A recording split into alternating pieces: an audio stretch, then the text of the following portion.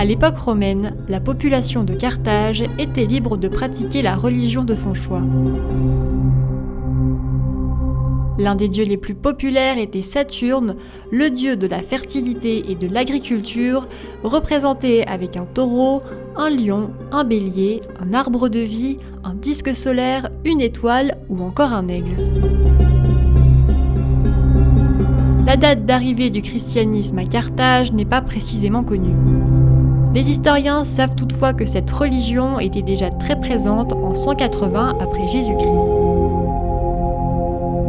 Malgré cette initiale ouverture d'esprit pour les religions, des périodes de persécution et de paix s'alternent. Et un événement représentatif de ces persécutions survient en 203, le martyre de Perpétue et Félicité. Carthage, le 7 mars 203. Perpétue et sa servante Félicité entrent dans l'amphithéâtre. Elles sont condamnées au martyre pour être chrétiennes. Elles s'avancent vers la bête qui doit leur ôter la vie. Insultées par la foule, elles refusent pourtant de renier leur foi. Malgré l'acharnement de la bête, Perpétue et Félicité résistent. Les hommes devront les achever eux-mêmes dans cet acte barbare.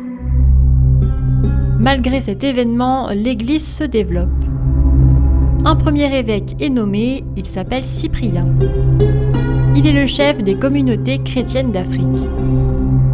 Les chrétiens devront attendre l'édit de Milan en 313 pour vivre pleinement en paix. À partir du IVe siècle, les chrétiens expriment leurs croyances et leur religion sur des plaques funéraires ou des objets du quotidien comme les lampes à huile. Les principaux symboles représentés sont le paon, la colombe, la croix, les rosaces et les cerfs.